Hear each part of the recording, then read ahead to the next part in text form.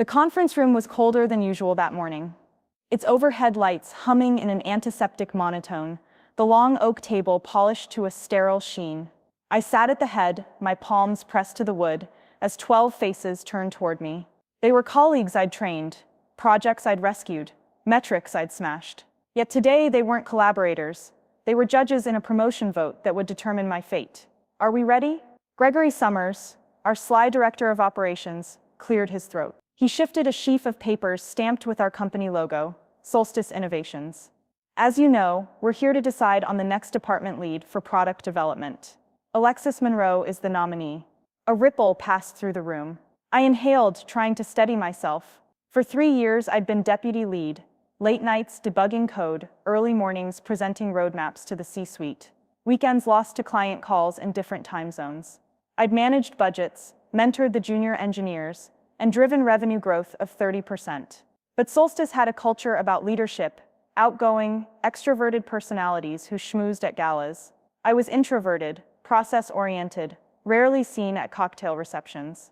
This vote felt like a test I'd never stood a chance of passing. Gregory glanced at the first member of the vote sheet. John? Yes? He moved down. Karen? No? Mark? Yes? Elaine? No? 12 votes total. 7 no's, 5 yes. The word hit me before I fully registered it. No? I looked up, forcing a polite smile. Thank you for your honesty, I said, voice steady though my stomach sank. Is there any discussion? Silence. They'd said all they needed to say.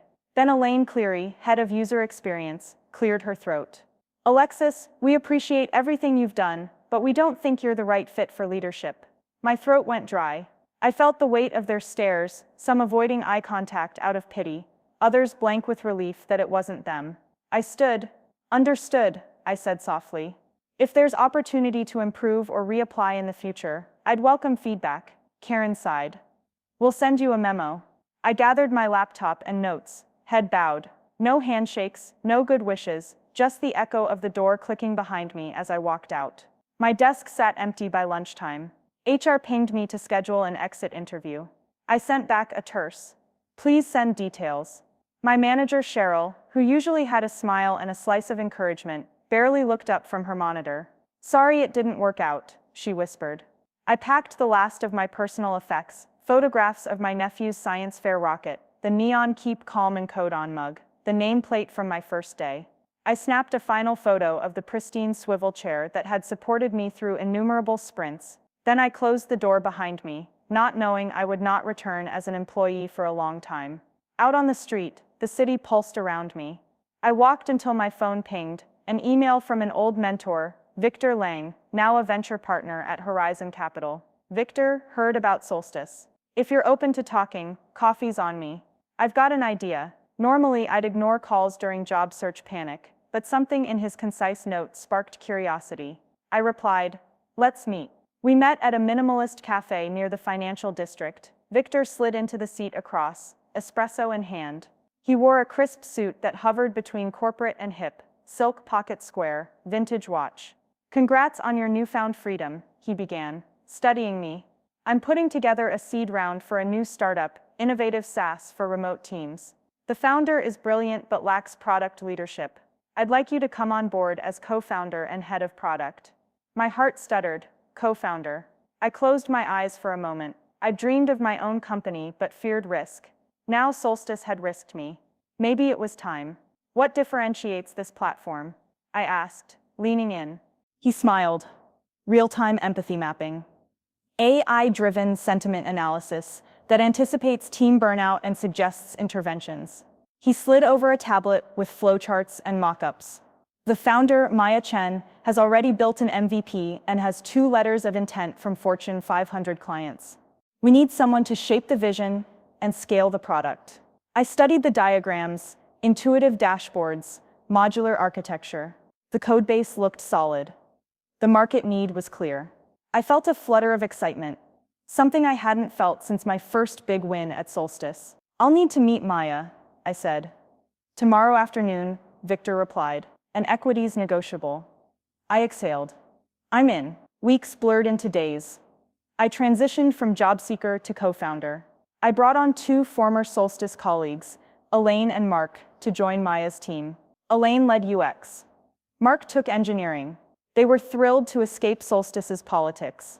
We established our workspace in a light-filled loft with concrete floors and a single ficus in the corner. Within a month, we launched Beta V05. Early adopters said our empathy insights were game-changing. Conferences invited us to demo. Angel investors lined up to meet with Maya and me. The transformation felt like rocket fuel. Every sprint, every release, every pivot, I tasted purpose. I was shaping a product from scratch, mentoring talent, forging partnerships. Everything I'd longed to do at Solstice, but had been denied. 16 months later, we closed our Series A at $15 million. Horizon led, with participation from 2 strategic corporate partners. Our valuation, $60 million. Meanwhile, back at Solstice Innovations, Greg and the leadership cadre faced their own turmoil. The department I'd left sputtered under Elaine's interim guidance. Low morale, missed deadlines, creeping churn. Every quarter their KPIs slid. Clients complained of stale roadmaps and uninspired features. Rumors circulated that the board was exploring a turnaround. We need new leadership, I heard at a meetup. If only we had someone who understood product and people. I smiled to myself. Sometimes the grass truly was greener. With success came offers. 5 months after our Series A close, my inbox overflowed with congratulations, and with another intriguing proposal, a buyout offer for Solstice's product development division. One of our strategic investors, a conglomerate that had backed my startup, proposed acquiring Solstice's struggled division and merging it under our fledgling company. I read the term sheet on my balcony. We would assume their contracts, absorb their team, including those who'd once voted me down, and integrate Solstice's products into our ecosystem. In exchange, Solstice would get a minority stake in our company and an infusion of capital to refocus on core services. My pulse quickened. I forwarded the offer to Maya, eyes only. She called within minutes. This could be transformative. Accelerated growth, new talent pipeline, instant market share. I nodded, pacing the terrace. They need us more than we need them. I want to do this. Maya hesitated. You know some of those people voted against you. I smiled thinly. They'll learn a different lesson soon enough. 2 weeks later, the acquisition closed. Our company, Empathix.ai, became the parent of Solstice Innovations' product development department. I signed the final paperwork as CEO and principal owner of Solstice's former division, now rebranded as Empathix Product Studio. That afternoon, I walked into Solstice's headquarters for the first time as a stakeholder, past the reception desk where my old mug once sat, past the open plan desks, where Elaine and Mark now greeted me with cautious smiles. Gregory stood in the lobby, arms folded, watching as I passed. His jaw clenched when our eyes met, but he said nothing. The same group who had voted against me now found themselves reporting indirectly to the person they had dismissed. I paused at the doors of what used to be our conference room. I could picture them, 12 faces, smug and certain. Now they were on my team. I took a steadying breath and swung the door open. Inside, a new placard gleamed on the table. Empathix Product Studio, guided by Alexandria. Alexis Monroe, owner and CEO. I set my laptop down, the screen door clicking shut behind my past. Colleagues looked up, expressions flickering from surprise to respect. Good morning, I began, voice steady and warm. Let's get to work. Morning light filtered through the floor to ceiling windows of the Solstice Innovations lobby as I stepped off the elevator, badge clipped to my blazer. The reception area was deceptively familiar. The same brushed steel desk, the same abstract sculpture, but today I was no longer Alexis Monroe, deputy lead. I was the owner of the entire product studio, and every eye followed my stride. Monroe, the receptionist murmured, voice polite but wide-eyed. They're ready for you. I nodded, offering my most genuine smile. Thank you, Clara. As I passed, I thought I caught Gregory Summers' reflection in the glass doors, arms crossed, jaw tight. Perfect. Inside the conference room, my new leadership team was already assembled. Elaine Cleary, UX, Mark Patel, engineering, and 2 fresh faces I'd recruited. Simone Barlow, data science, and Javier Ruiz, DevOps. Maya sat at the far end, sketching on a tablet. The polished table bore fresh notebooks and a steaming pot of coffee. I cleared my throat. Good morning, I began, voice firm but warm. Welcome to day one of Empathic's product studio. A murmur of greetings rippled around the table. I let it settle. I know our division has been through a lot. Culture shifts, leadership vacuums, project churn. But today marks a new chapter. We have a mandate to inject human insight into every product we build. To lead with empathy, not just metrics. Elaine leaned forward. I've already mapped our UX backlog against sentiment data from recent user surveys. We have a 20% drop-off on onboarding screens. Then let's solve it, I said. Simone, can you integrate the AI empathy module into our dashboard by this afternoon? I want real-time flags when users hesitate or bounce. Simone tapped her stylus. On it. I'll partner with Javier to deploy a test build on staging. I nodded to Mark, and you'll oversee the sprint plan for our next release. Include buffers for user testing and design iteration. He opened his laptop. Consider it done. The team buzzed, energized. Then Gregory appeared in the doorway. He cleared his throat. Owner Monroe, can we talk? His tone felt clipped. I held the room. Gregory, feel free to join us. He stepped inside, eyes flicking to each of us. Congratulations on the acquisition and your new role, he said, voice measured. I'd like to discuss resource allocation. The board expects a 15% cost reduction in this fiscal quarter. We'll need to trim headcount. A hush fell. My gut clenched. I exchanged a glance with Maya. She stiffened. Cutting people would destroy morale before we'd barely begun. I stood. Gregory, before we make decisions, I need to understand the data. Elaine, can you brief him on our user retention increases? Mark, your engineering costs are actually down 10% year on year. He flipped through a report Maya handed him. His eyes narrowed. Interesting. Can you back that up? Absolutely, I said. We'll send you the full performance analysis by end of day. But first, I want us to focus on stabilizing our product. If we chase cuts now, we'll undermine the culture of innovation we're building. Gregory studied me, a silent battle of wills. Finally, he nodded curtly. I'll review the data. Let's reconvene at 4 p.m. With that, he left as abruptly as he'd come. The room exhaled. Maya rubbed her temples. That was intense. I walked around the table, laying a hand on hers. I've got this. Let's execute our vision first. Cost efficiencies will follow. By lunchtime, the team was humming. Simone and Javier set up a containerized staging environment.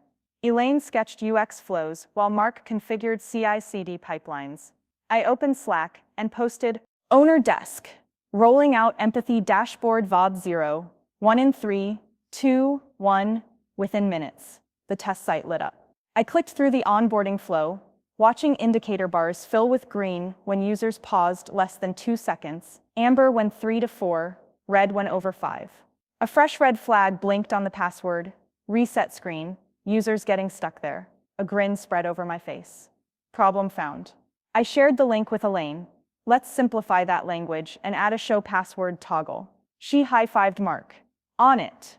By 3 p.m., Maya and I prepped a board-level summary of the day's milestone. Empathy metrics live. Onboarding friction point identified. Sprint charter adjusted. I forwarded it to Gregory with a note. Alexis, data you requested. No headcount changes needed. Let's talk at 4 p.m. He replied almost instantly. Impressive work. See you then. At 4 p.m., Gregory strode in, flanked by 2 finance directors. He was smiling wryly, but with a glimmer of respect. He laid our performance deck on the table. I reviewed your analysis, he began. Retention improved 5 percentage points since acquisition. Support tickets are down 25%. I'm convinced we do not need layoffs. Cheers bubbled around the room. Some stifled, some unabashed. He held up a finger. But I want to offer you something, he said, turning to me. Volume of successes like this, driven by you, suggests we rethink our governance. I propose you join the executive board as VP of Product Studios. You'll report directly to the CEO and help shape Solstice's overall strategy. My pulse quickened. A board seat barely months after being voted down? The irony was delicious. I stood. Thank you, Gregory. I accept with pleasure. And I look forward to guiding Solstice innovations from this new vantage. A quiet applause rose. Maya beamed. Elaine wiped tears from her eyes. Mark gave me a thumbs up. We'd turned a point of pain into a platform for growth. 2 weeks later, I sat in the CEO's office, a sleek glass cube overlooking the city skyline. The CEO, Manuel Rivera, was a veteran of 3 Fortune 500 transformations. He extended his hand. Alexis, welcome. Your team's progress has been noted across the board. Tell me what's next. I eased into the chair, mind racing with possibilities. I propose we roll out Empathic's methodologies across other departments: sales, customer success, even HR. Imagine a company where every team uses empathy data to guide decisions: lower turnover, higher NPS scores, accelerated time to market. He steepled his fingers. Bold vision, and scalable. With the platform architecture Maya's team has built, we can license it internally and externally. We can position Solstice as a leader in human-centric innovation. He nodded slowly. Let's draft a roadmap. You'll oversee implementation across 3 pilot departments this quarter. Absolutely, I said. And I'll work with your team to develop KPIs tied to empathy metrics. He smiled, a rare authentic curve of his lips. I like that. Let's get started. That evening, I returned to my apartment, key card still humming in my pocket. I sank onto the couch, exhaustion tinged with exhilaration. My phone buzzed, a voicemail from Maya. Alexis just got off a call with Horizon Partners. They want to expand our seed follow onto a Series B. They're impressed with our performance and want to increase their stake. I played it again, savoring each word. Series B. In 12 months, I'd gone from being voted down for a promotion to co-founder to department owner, board member, and potential Series B leader. I let my head fall back. We did it, team, I whispered to the empty room. The following morning, I gathered the entire Empathic's product studio for our all-hands. The open plan floor buzzed with chatter as 50 developers, designers, and data scientists took seats. I stood by the floor-to-ceiling whiteboard.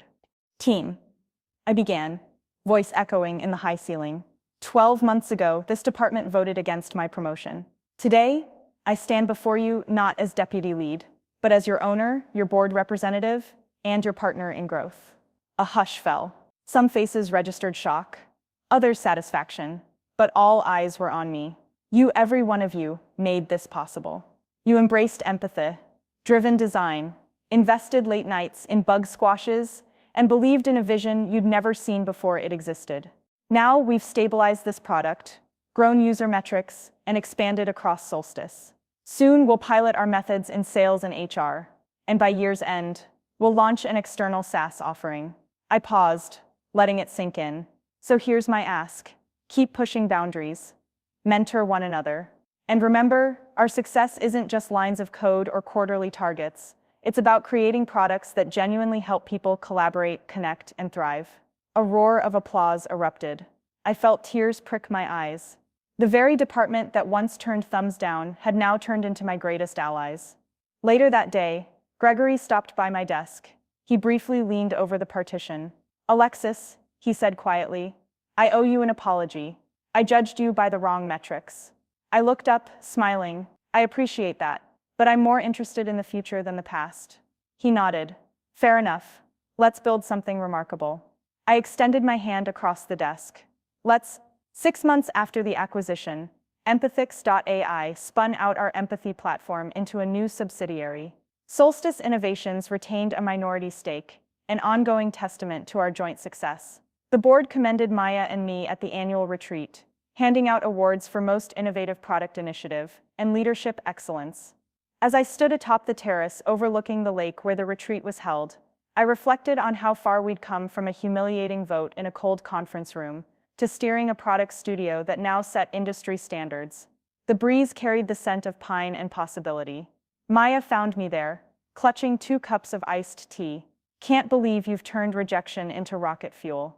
I laughed, taking a sip. It's the best fuel there is. She tapped my shoulder.